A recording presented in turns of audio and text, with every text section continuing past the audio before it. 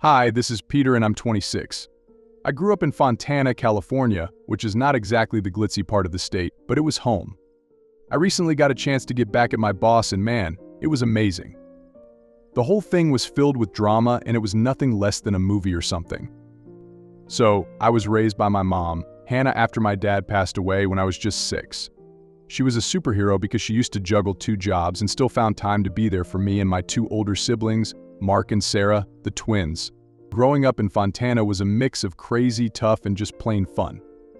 My life usually revolved around my family. We didn't have a lot, but what we did have was solid. Mom worked like a machine with 2 jobs and barely had any sleep, but she always made sure we had food on the table and a roof over our heads. Fontana was not exactly a tourist hotspot.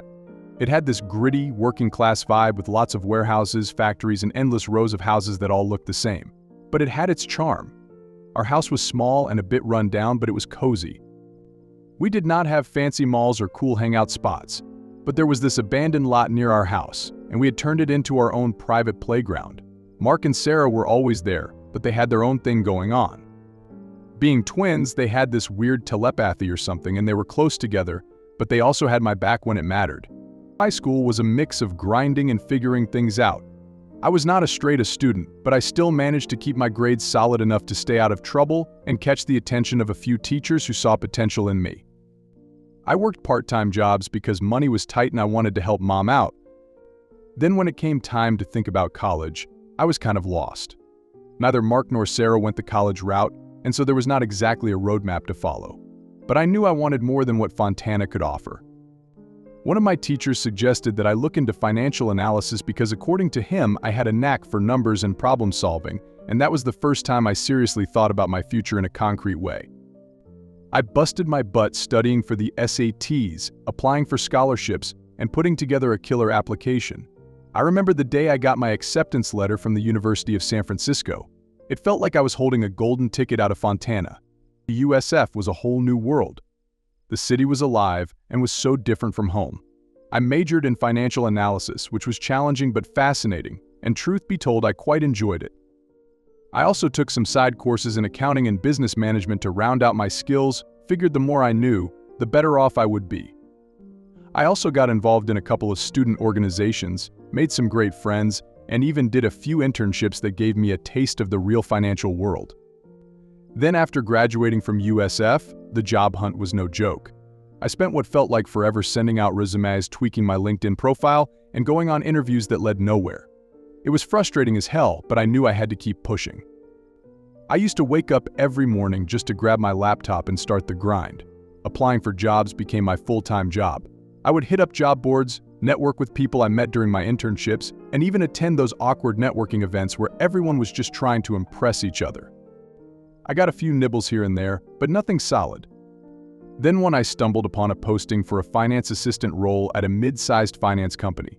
It specializes in corporate finance but also offers a variety of services like investment banking, asset management, wealth management, financial consulting, insurance, etc. The job was in the corporate finance department, and it seemed like a perfect fit for my skills, so I spent extra time on my application and made sure my resume highlighted all the relevant courses and internships that I had done. A couple of days later, I got an email asking me to come in for an interview, and I was stoked but quite nervous too. I prepped like crazy, went over all the potential questions, and brushed up on the company's background. The interview went well, or at least I thought it did. Then a week later, I got the call and they offered me the job. I could hardly believe it. After all those rejections and dead ends, I finally had done it. So when I first joined the company, everyone was super nice and welcoming, and the vice president of our corporate finance department, Christina, even gave me a warm welcome. She was this tall and imposing woman with a no-nonsense attitude and a presence that commanded the room. During my first week, she called me into her office and told me while shaking my hand firmly that she expected great things. And to be honest, it felt good to get that kind of acknowledgement right off the bat. Peter, welcome to the team. We are really excited to have you on board. Thank you, Christina. I'm excited to be here and looking forward to getting started. I expect great things from you. We have a lot of challenges ahead, but I have no doubt you will rise to the occasion. I appreciate that. I will do my best to contribute and learn as much as I can. That is the spirit. If you ever need anything or have any questions, my door is always open. We are all in this together, and I'm here to support you. Thank you, Christina. I will definitely keep that in mind. Good. Now, let's get you settled in and introduce you to the rest of the team. But as the days went by, I started to see another side of Christina. She was incredibly strict and ran a tight ship, which was not necessarily a bad thing, but she took a whole new level. Every detail had to be perfect, and deadlines were treated like they were set in stone. At first, I thought it was just her way of pushing us to excel, but it quickly became clear that her standards were almost impossible to meet, and she kind of thrived by seeing us fail. She also had this habit of piling on the work, as I would be in the middle of a project, and she would drop another stack of files on my desk with just I need this by the end of the day. And it was not just me, everyone on the team used to feel the pressure. People would stay late, come in early, and still barely keep their heads above water. It was not like the work itself was too much, it was the sheer volume and the relentless pace she demanded. Then as some more time passed by, I noticed that Christina had picked up a hobby, and that was to make my life hell. She literally seemed to zero in on me for every little thing. At first I thought I was just being paranoid, but it was hard to ignore the pattern.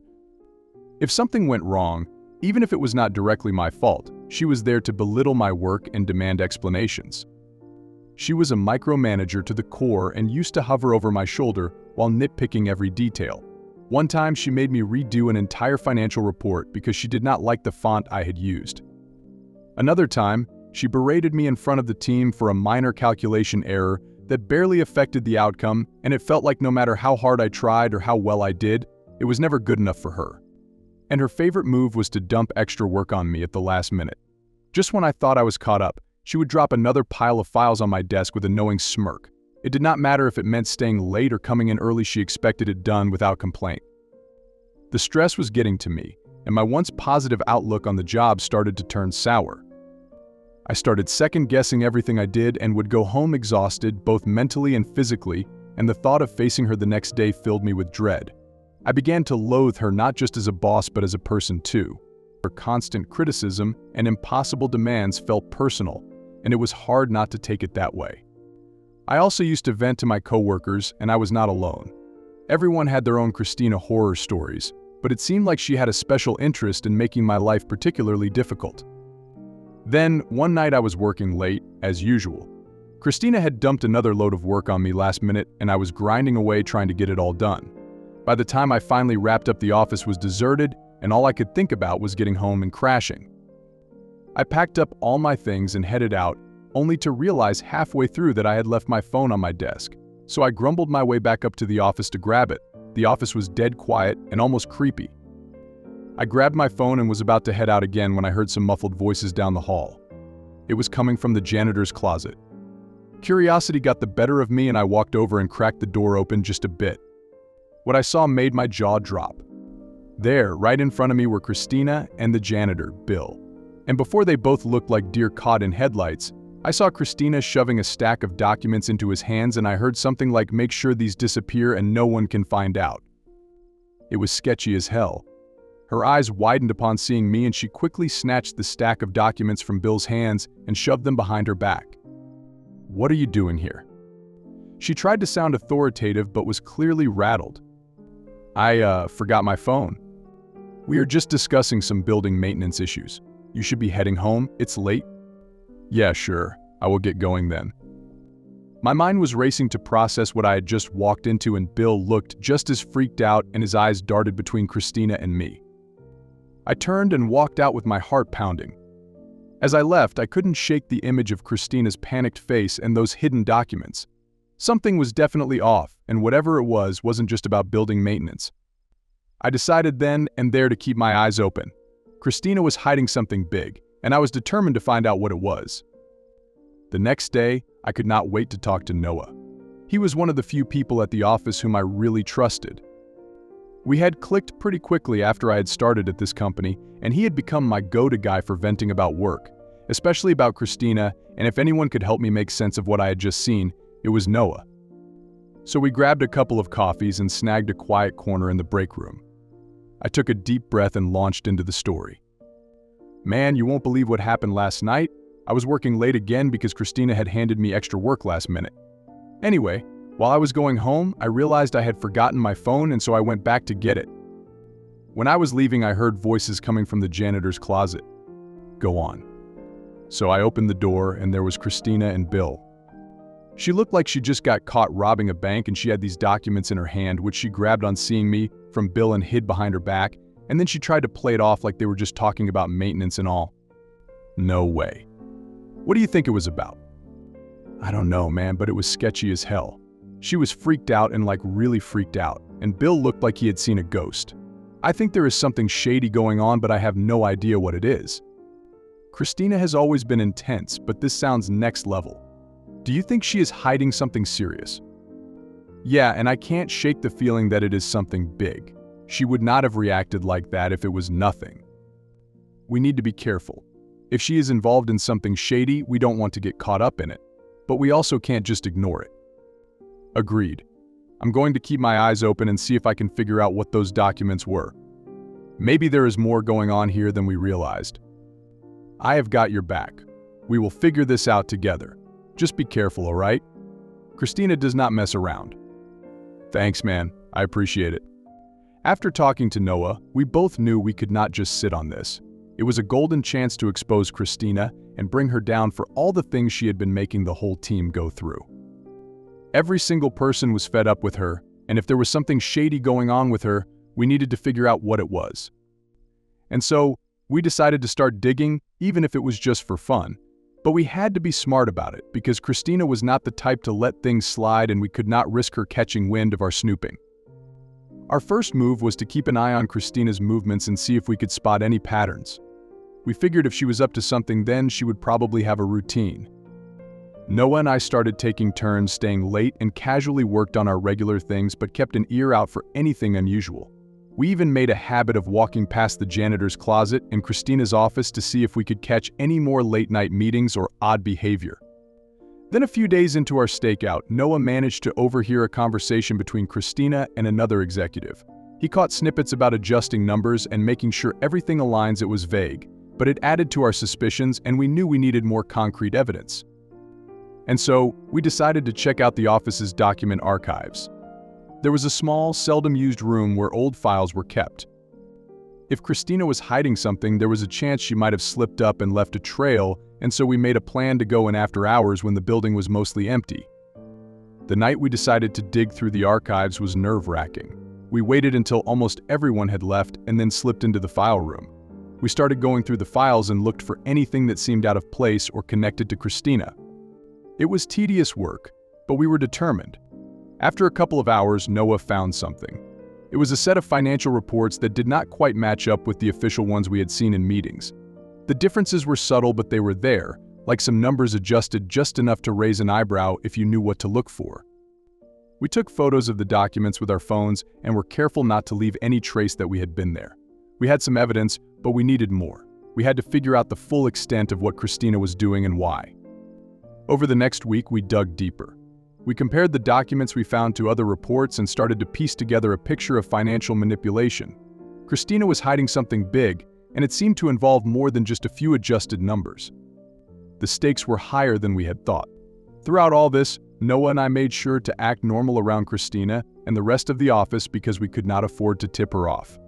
The more we uncovered, the more dangerous it felt, but we were committed. We knew we had to see this through, not just for us, but for the integrity of the company. Then, as we continued our investigation, we knew we would need to decide our next move soon because this was big and we could not keep this under wraps forever. And so Noah and I decided to corner Bill one day. We had been gathering evidence for a couple of weeks, but we knew we needed more. The reports were damning, but we needed someone to confirm our findings, and so we decided our best bet was Bill. He was the one Christina had been dealing with that night, and he might know more about what was really going on. We waited until late one evening when Bill was making his rounds. The office was quiet with just the hum of the air conditioning and the occasional creak of the building.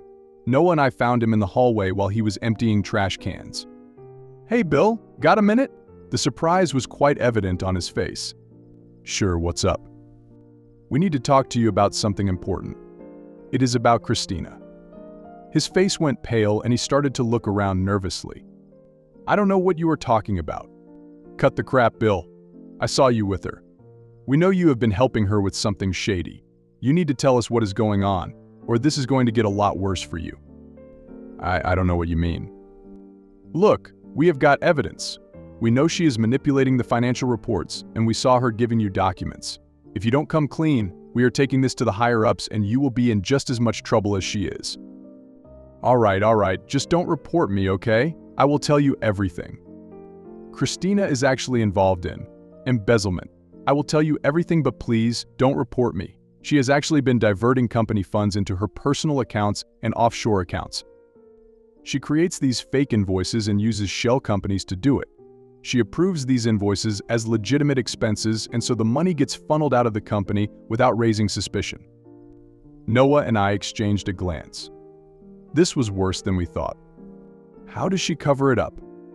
She manipulates the financial statements and internal audit reports to hide the differences and make sure the stolen amounts are recorded as legitimate business expenses. She is really good at it, and there is no one to question her because she is the VP.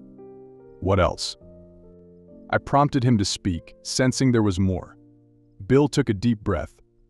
She also arranges for the company to overpay for services or goods from certain suppliers, and these suppliers then give her a portion of the excess payment as a kickback. She also inflates contracts and approves unnecessary services or bogus consultancy fees. To cover her tracks, she makes sure these suppliers provide falsified documentation to make the transactions appear legitimate, and she uses her authority to bypass any standard procurement checks so no one sees the red flags. That is a serious operation she is running. Bill's voice was barely above a whisper when he spoke. Yeah, she threatened me to help cover it up, and so I have been destroying documents and changing logs to hide her tracks. If anyone finds out, I'm done for. Why are you helping her? She's got something on me. A couple of years ago, I got in trouble with the law. Nothing major, but enough that if it came out, I would lose my job. She found out and threatened to expose me if I did not help her. Noah and I exchanged a glance. This was bigger than we had thought. We need you to help us, Bill. If you come clean and testify against her, we can make sure you are protected. You won't go down for this. Okay, I will do it. Just make sure she does not find out until it's too late. Don't worry. We are going to make sure this comes out in a way that protects you. You are doing the right thing by telling us. Just be careful. Christina is not someone to mess with. If she finds out we are onto her, she will do whatever it takes to protect herself. We know. But we are not backing down. Thanks for trusting us, Bill. We will handle it from here. Noah and I were completely floored by what Bill had told us. He knew everything about Christina's doing and also knew the whole workings of it. She was literally running a full-blown criminal operation right under the company's nose. It was like something out of a movie, and we knew we had to act fast. We decided the next step was to take this to the higher-ups. They needed to know what was going on, but as we sat down to organize our findings, it became clear that our evidence was still too flimsy. The documents we had were suspicious but not conclusive, and Christina was savvy enough to talk her way out of anything we could currently present. And so we needed something undeniable, something she couldn't explain away. That was when we realized we needed Bill's help again. He was scared, but he had already shown he wanted out from under Christina's thumb. We found him the next evening when his shift was just starting and pulled him aside. Bill, we need your help. We have got some evidence, but it's not enough to bring her down. If we go to the higher-ups now, she could spin this and make it look like we are the ones causing trouble. What do you need me to do? Noah, next time Christina asks you to do anything shady, we need you to record it. We need solid evidence that she is directing this operation. Without that, she will just worm her way out of it. Bill hesitated, and he was clearly nervous about getting more involved. I don't know.